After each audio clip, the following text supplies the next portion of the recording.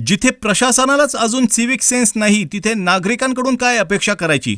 आता हा समोरचा झेब्रा क्रॉसिंग बघा, याच्यावरून सरळ चालत जायचं आणि समोर डिवायडरला धडकायचं, मग या झुडपांवर पाय देऊन वर चढायचं आणि टप्पा आउट होऊन रस्ता क्रॉस करायचा।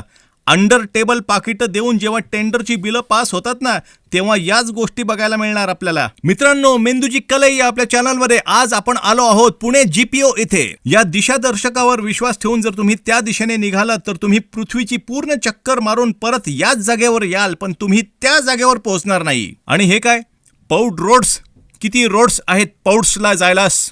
काय वाटतंस तुम्हाला? नाही ठीक आहे, पुढच्या वेळेला येताना एखादा पुठ्ठा घरून घेऊन येईल मी यावर बसायला। हे कोण दळभद्री लोक आहेत जे बसायसाठी बनवलेल्या कट्ट्यांचे टॉप सुद्धा घेऊन जात आहेत? याची अवस्था बघा।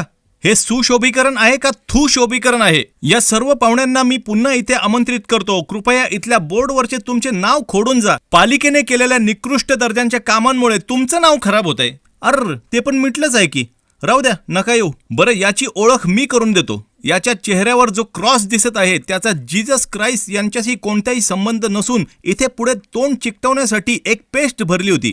आता तोंड वजा झाले आहे आणि चेहऱ्यावर फक्त अधिकचे चिन्ह राहिले आहे। हा बघा, शोले मधला ठाकूर। हा, या मर्दाचीच इथे गरज होती। हा, तिच्या मायला ज्यांनी तुझ्या भावांची ही अवस्था केली ना त्यांना। पुरुषांनो, भोगा आपल्या कर्माची फळं। 7 जन्म तरी तुमची यातून सुटका नाही, पण गुड न्यूज ही आहे की तुमचा हा 7वा जन्म चालू आहे। हा सर्वात खास पुतळा। आता बघा मी तुम्हाला काय दाखवतो, टँगो पंच। हे जर कोणत्या ऑर्थोपेडिकने या मांडीत घुसलेली बाटली काढली तर तुमचे पुण्यावर फार उपकार होतील। प्रेमभंग झालेल्यांनी इथे येऊन स्वतःची करमणूक करून घ्यायला चांगली जागा आहे। बरं, सगळेच प्रेमभंग झालेले शायर होतात असे काही नाही बरं का, काही HIV ग्रस्त सुद्धा होतात। अरे, माझं स्वप्न हा माणूस पूर्ण करतोय। इतकं फ्रीडम मला आयुष्यामध्ये उपभोगायचं आहे।